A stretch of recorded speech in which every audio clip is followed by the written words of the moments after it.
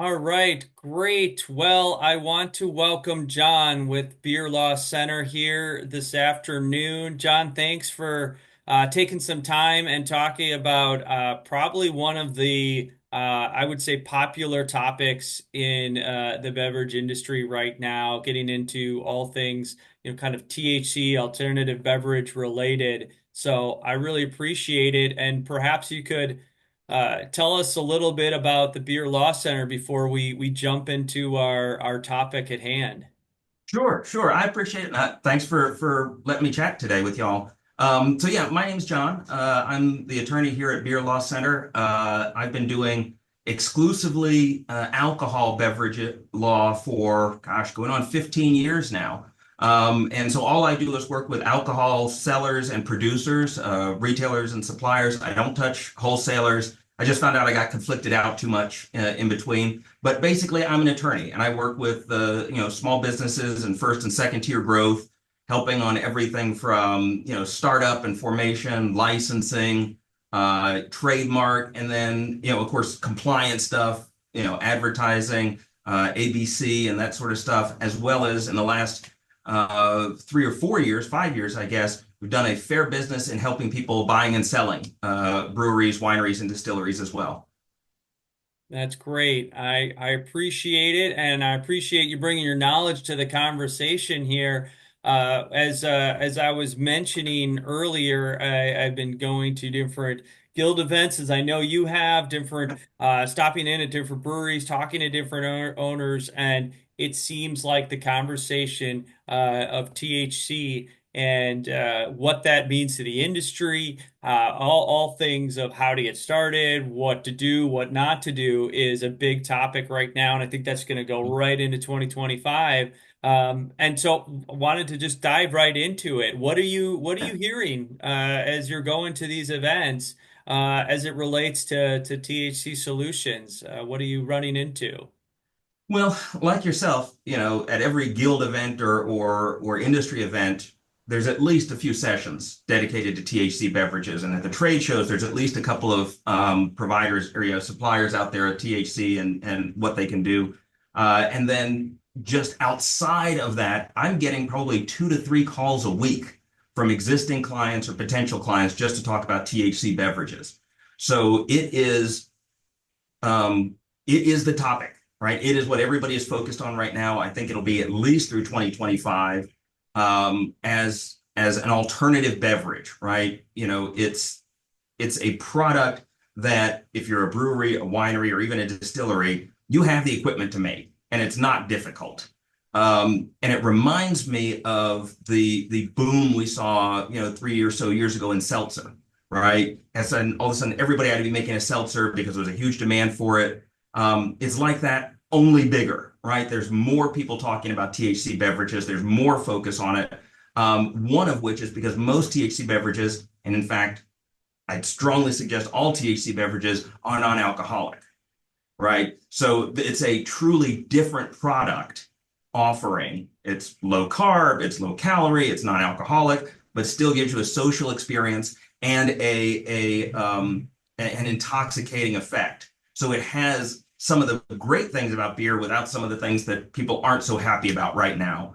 And if you can make carbonated water, you can make a THC beverage. So it's really fundamentally an easy beverage to make technologically for anybody that's already in the space.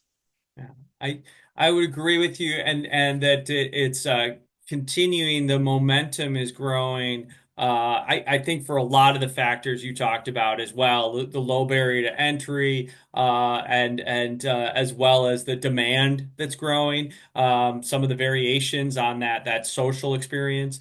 I also know I've heard as things have hit the market in the last year, especially, from a business owner standpoint, the margins that they were seeing decreasing with some of the traditional, that was Yeah. being brought to Lots of market. ingredients going up Yep. and half Yeah. price on per pint, all of that stuff is Yeah. squeezing on traditional stuff. So to see a new product that was a much of a differentiator. So a lot of discussion about that. But one of the things that I think come up though is since this is a variation for so many breweries of saying this isn't like I'm adding fruit This isn't like I'm adding, some kind of, I'm doing my first sour, which has its own complexities. Now you get into, where to the ease of making it, I don't know if that's where the pitfalls lie.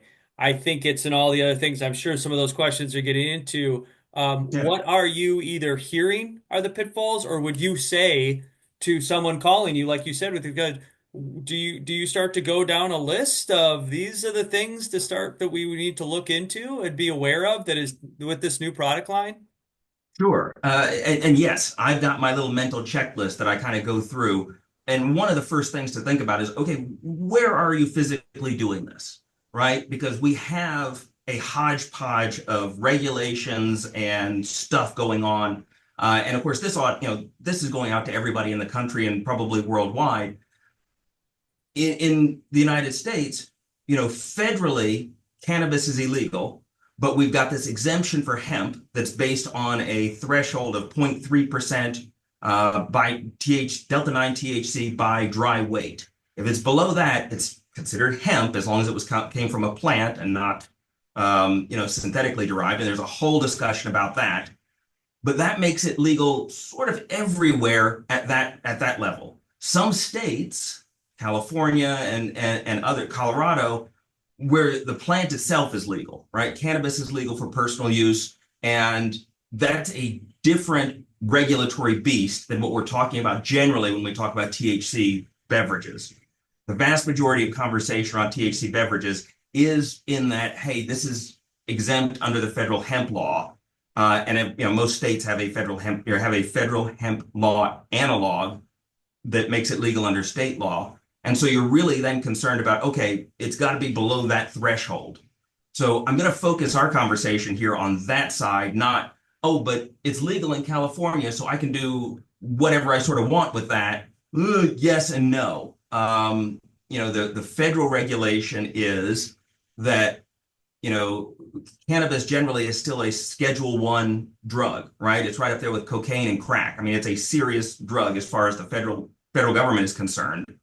And right now, we're still basically operating under what's called the Cole Memo, which is the DOJ said years ago, hey, if it's legal in your state, we're going to let that ride. We're not going to come in and smack you for doing something completely inside your state that is legal inside your state. You cross state lines, that's different. That's federal interstate commerce, and we can get involved in that. But we're not going to, hey, you person using or supplying cannabis in California, we're not going to go after you specifically just because we know you're there if it's legal in your state. So I went on a little bit of a tangent, but we're going to set that where it's legal, set it aside. I want to talk Sure. about THC as that 0.3% discussion. So when we talk about this stuff is federally illegal if it's above 0.3%, that's both true and somewhat misleading. If you are a licensed hemp processor, right, you take the crop from the farmer and you clean it up, you process it, you distill it, all that sort of stuff. You can get other, concentrations of THC, but you've got to be that company to do that. So one of the main pitfalls I worry about for clients, particularly breweries, wineries, distilleries, anybody that has a licensed alcohol premises or a production facility, one of the cardinal rules is, you're only allowed to have the kind of alcohol that you're licensed for on the premises, and you're not allowed to have any illegal drugs on the premises. Well, what I'm hearing from some THC suppliers, and this is a real concern I have for clients, is, oh yeah, we're going to provide you a gallon jug of this concentrate, and then you're going to dilute it down to your 0.3% THC. I'm like, well, time out. If it's above 0.3% THC, as far as the federal government is concerned, it's cannabis, right? It is an illegal product. It is just like cocaine.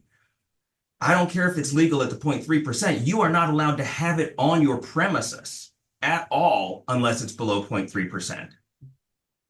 So you really have to think about how you're going to do this. If you're going to just use the tank you've got bolted in the brewery and you're going to dump your concentrate in, Well, if law enforcement, federal or state, particularly if you're a state where it's not legal, if they come in and on a surprise inspection and there's a pallet of 1 gallon jugs of concentrated THC, congratulations, you've got a huge ABC violation and probably a federal violation, and they could revoke your permit because it's just as if legally, it's just as if you were dealing drugs out of the back, right? You've got a product on premises that is fundamentally illegal. Yeah. So there are ways to deal with that. If you want to go with the really janky, inelegant, but works way, is you take a Grundy or a small tank on wheels and you wheel the damn thing into the parking lot, and the processor actually dumps the stuff in, and you dilute it in the parking lot with a clean water hose from the brewery, and then you wheel it back in. Well, by the time you've wheeled it in, it's below that 0.3% dilution, and it's fine. It's Mhm. hemp at that point, and it's an allowable product inside your licensed premises. So I've seen other folks go, okay, well, we're going to create a space on our loading dock that is not part of our alcohol premises. And so we're going to have a tank specifically there bolted down that, loading dock truck can back up. We've got a little space. We can dilute the stuff and then pump it into the brewery to do further processing or flavoring or carbonation or whatever. So there are ways to work around that, but fundamentally, I look at like, okay, if this is a big part of your business, you're probably going to order pallets of this stuff. And if you get really comfortable with it, we still need to manage the risk because that is technically outside the letter of the law. And if you have a, say, local regulator that really doesn't like you, they could nail you to the wall and you could really jeopardize your existing business doing something that's borderline okay, right? And this goes to one of the other things that I'm hearing is that there's not a lot of good guidance on this stuff out there, Yeah. right? We've got this very high level federal, if it's below 0.3% THC and derived from the plant, states can't make it illegal, right? And states have to accept it in their borders, and it's all fine. But then most states don't have anything about, okay, what does 0.3% mean, right? 0.3% THC, Delta 9 THC, that's by dry weight. That's not like an ABV, right? So, if you're thinking about this from a science perspective, my understanding of this is, you've got a 5% double IPA or something like that. Well, 95% of that is water, and then 5% is alcohol. And then, if you remove all the water and you remove all the alcohol, there's still some stuff, right, that gives it the flavor and the aromas and all that other stuff. Well, once you boil off and remove all that moisture and all the alcohol, that scum on the outside of the glass or out on the outside of the tank, that's the dry weight we have to measure it against, right? So there's this whole discussion right now around, okay, I want a 5 milligram equivalent dose. Okay, in formulation, what does that mean in terms of a pint of product, right? Well, it depends on what's in that besides water and CO2. What's the Yeah. other dry weights, components? What are the other flavorings? Because that's your milligrams of THC Delta 9 is going to be measured against that other stuff that's in there in trace amounts to figure out, okay, I've got 120 or 100 or 1200 milligrams worth of other stuff in this, a 3 milligram dose. Oh, shit, that's a 12-ounce can. That's easy, Yeah. as opposed to like a 30 milligram dose. Oh, God, maybe you have to drink, 7 of these damn things, right? So there's some science and technical operation stuff and formulation that's got to go into, okay, 0.3% of what in those Yeah. sort of things. Yeah.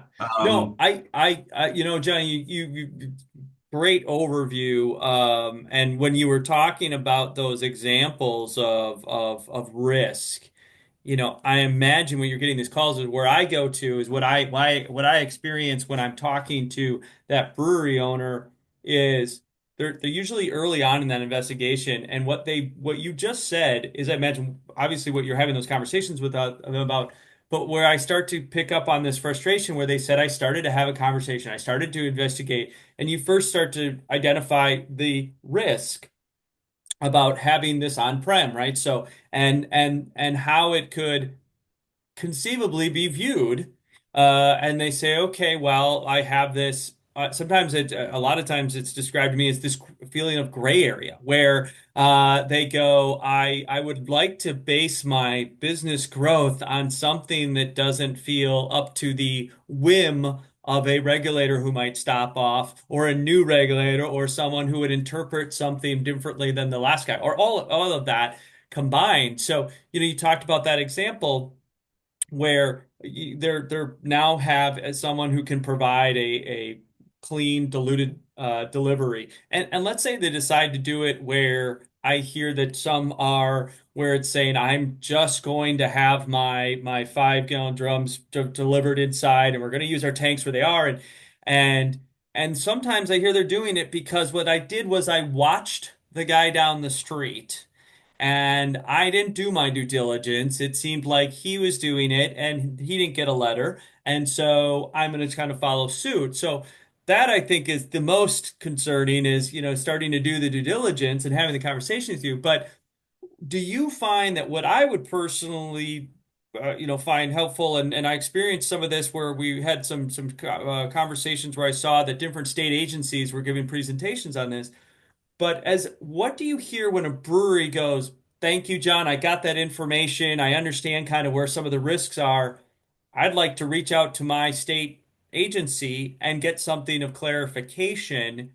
Um, does something come back from the state in an area where it's not, where they don't have, cannabis is legal, but where it says something of, you're asking, can I have a pallet of this concentrate delivered inside my prem and use my inside tank and not have it be considered Series A?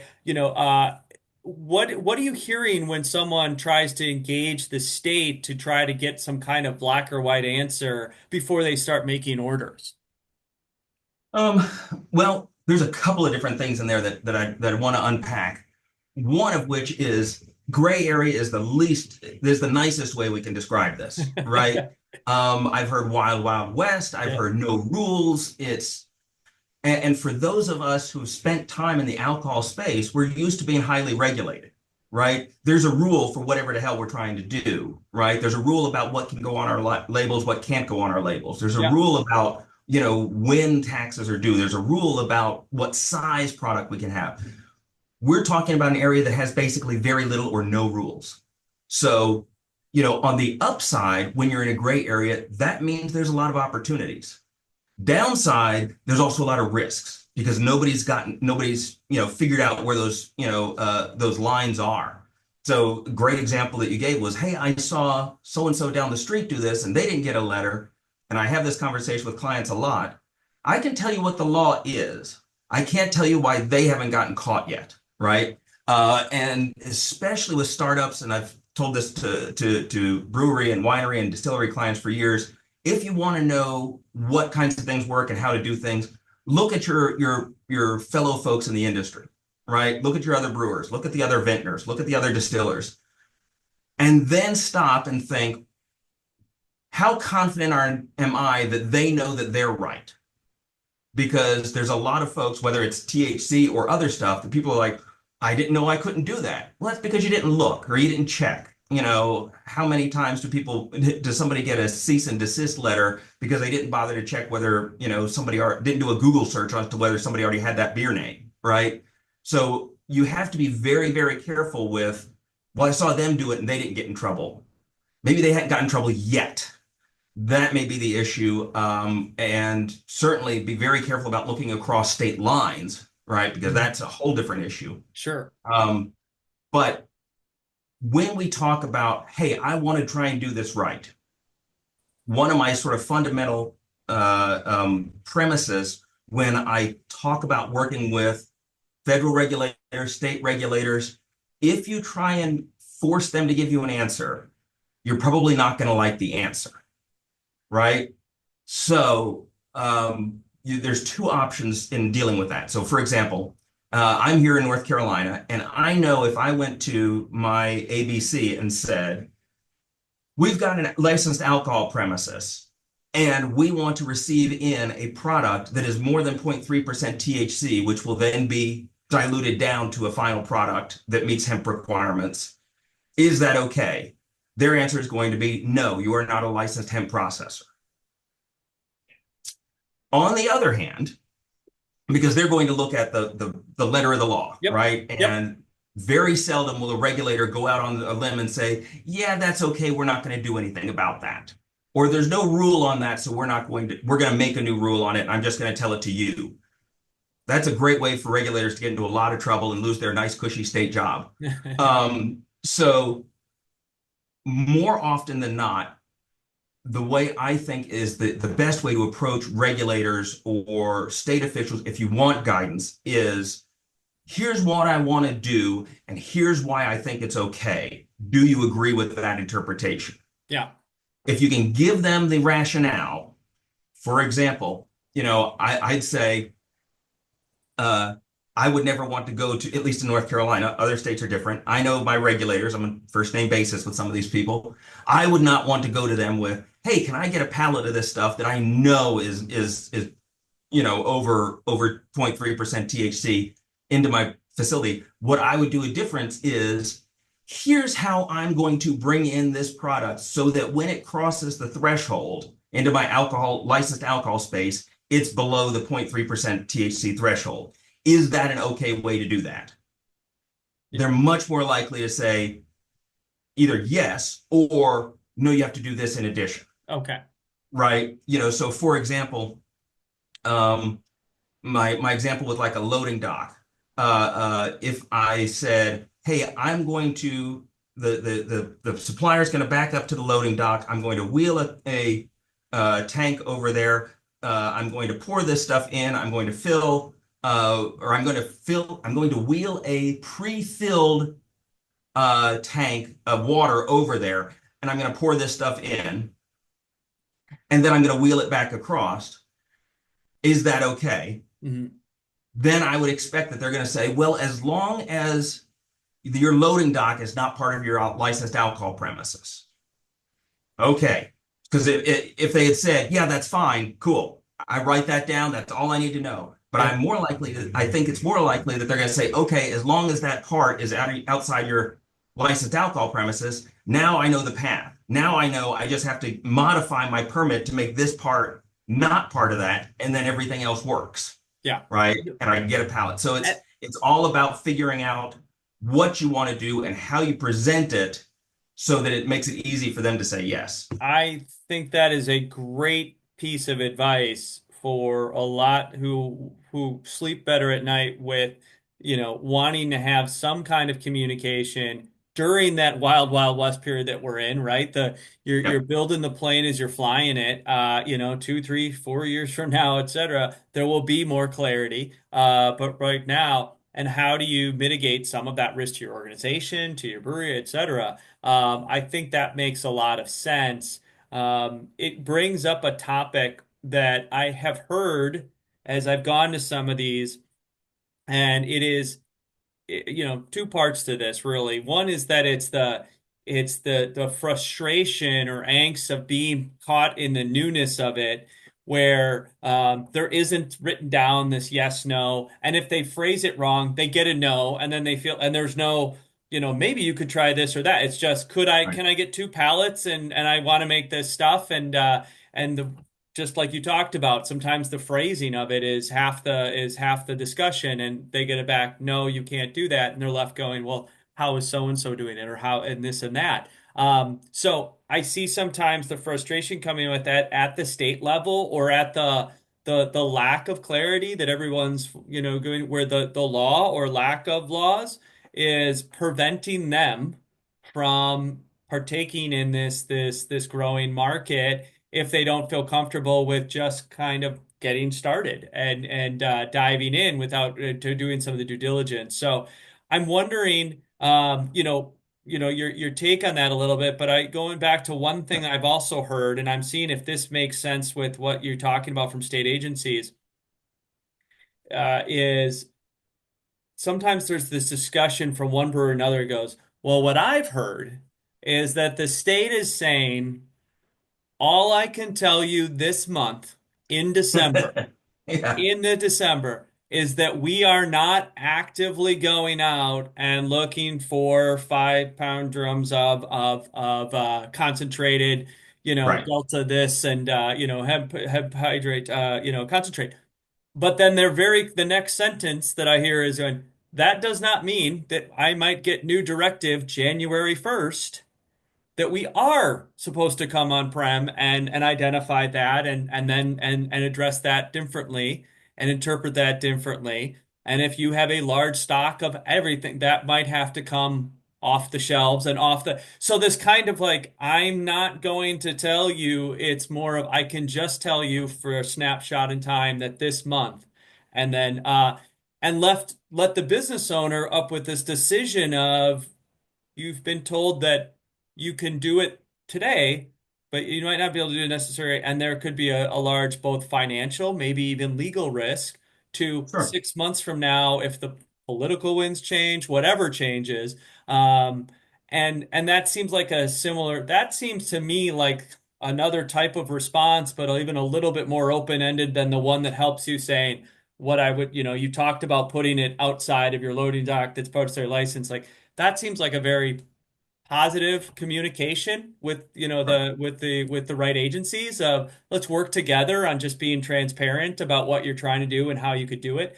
The other one seems to be more of a I can only respond to that with what we're doing this month. Well, and I think that is one of the responses you should not be surprised to hear, is this is the direction currently. Yep.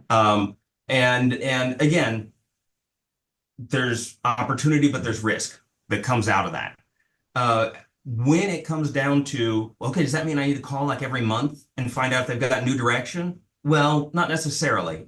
But my experience is with regulators, federal or state, in general, I'm not saying do this, but I'm saying in general, if they believe that you are trying to do it right, they are much more willing to work with you on the consequences of having gotten it wrong. So that example of, okay, I talked to so and so on this date, and they said, as of December, I can tell you we're not doing this. So I haven't called back. I haven't heard that the enforcement of priority has changed. I haven't seen or heard of anybody else. I keep asking other brewers if they're seeing something, or I keep asking other manufacturers if they're seeing something. And in the meantime, I've operated that way. I've got this procedure, so it's really well documented. This is how it's done. And I'm working with a reputable supplier. This wasn't some dude out of the back of his car. And I can show chain of custody that this is a valid product all the way back to the farmer. And so I'm trying to do this the best I can. Generally, they're going to be like, okay, so new rule. Yes, we're now enforcing that. And we need to know how, you need to fix this by X date. You need to do something different by that. Or, you can maybe work with, okay, we're going to put a moratorium on your product on the shelf right now until you fix that, but we're not going to go back and make you get everything off the shelves, right? Or they're much more willing to go, okay, because again, recall that the state regulator's job is to protect the public health. So it's one of those, what was the harm here? What harm did I create? And if I can show we tried our best to ameliorate anything with the information we had, they're much more willing to work with you on that. As opposed to, well, I stuck my head in the sand and I heard about online about somebody in a different state doing this and they said it was fine. And so I got this dude that lives in my neighborhood that makes THC on the side. And if you're doing really shady stuff or look like you're trying to, for lack of a better word, get away with something, they're in general, I think regulators are much more likely to have a higher level of scrutiny on folks that were trying to not get them involved or trying to do something that they knew was probably not great, you know? Yeah, I John, I think from what I have heard, you hit on probably two of the most important issues, recommendations um, that I feel is being talked about in the industry. And the first one, kind of working backwards from what you said, is that engage, ask questions, do your Yeah, research, ask the right people, because I didn't know, or I found it on the internet. I found an answer I wanted on some site from a state over, et cetera. Will not fly if you ever start to, run afoul, and probably isn't the best of policy for anything, but that, it seems to exponentially increase your risk. So yeah, engage with the right organizations, and then the other thing that I think is the other real, takeaway that I'm not hearing people talk about, that I think is really powerful is when you do engage, apply that research and ask your questions. Lay out how you're going to, to work your production environment or processing, and based off the research or the questions you did for your state, and why you think it's the best way and most compliant, however you want to do it. I think to get the best kind of answer back too. I think it is two really helpful pieces for a brewery or distillery or winery who's saying, we want to try this. There's definitely a market, there's a demand, there's a revenue, all positive things. Um, but I still, what I find interesting about that feedback is it seems to go a little bit against the grain of where I see how a lot of breweries, for example, have acquired their information, their knowledge for their tenure. I usually talk to Carl down the street. I have a beer with another brewery, and we kind of say, "How are you making this? How are you doing that?" It's a little bit of like tribal knowledge yeah. is and that works, I think, for 80% of what you try to do when you're making something that's a known commodity, like you've talked about, beer making in its current form has been around for a long time. There's not this whole new both legality nor science to it. So I think that's where the anxiety or stress or upset comes from is, I got Carl's opinion, but do I Right. really want to bet, fines and risk and all of that on doing it and getting on the shelf or in my tap room on that? And I think the feedback you've provided, which is a great topic, is that no, you've gotta talk to people like yourself and others and roll up your sleeves a little. Well, and I think we breweries and definitely with breweries, I think wineries and distilleries as well, we've got a culture of, hey, sometimes I have to educate the state about my own product and the process, right? I think I can do this because of X, Y, and Z. This is even more so because, right, if you're talking with the alcohol, regulatory regulators in your state, I guarantee you they've been thinking about THC, but they don't know how it's processed, how it's made, what the transport requirements are, how it's diluted, what other stuff is going on, how the processors are working. So we have to, if we want to get into that market, we have to do that education, right? They don't, I don't know a regulator who has extra time on their hands. They're all always overworked, and alcohol is a big enough deal on its own. And now we're asking, hey, this isn't an alcohol question, but it's kind of an alcohol question, but it's this other product that you know nothing about. And here's what I want to do. How do I do it? I think if you go the extra step and go, here's what I've come up with. And if you look at this and they could say, at least, okay, I follow your chain of reasoning until this point. This is one I think you ought to do this instead of that. I think you get a lot better reaction, a lot better engagement at that point. But that kind of goes back to thinking about this product. It is a separate product. So one of the things talking with clients about is, okay, you at no level is mixing it with alcohol okay, right? Yeah. The only way you can have that for hemp in beer or spirits or in wine is by adding the plant product, by adding the plant extract. You have to add the seeds and so forth, but not flour for some reason. Anyway, so across the board, I'm telling clients right now, it's a non-alcohol product. Keep it separate. Don't mix it with beer. But that also means, for example, if it's not an alcohol product, then your TTB exemptions don't apply. So if you're selling a consumer ingestible product that's not alcohol, you now need to abide by the FDA label guidelines, not the TTB label guidelines.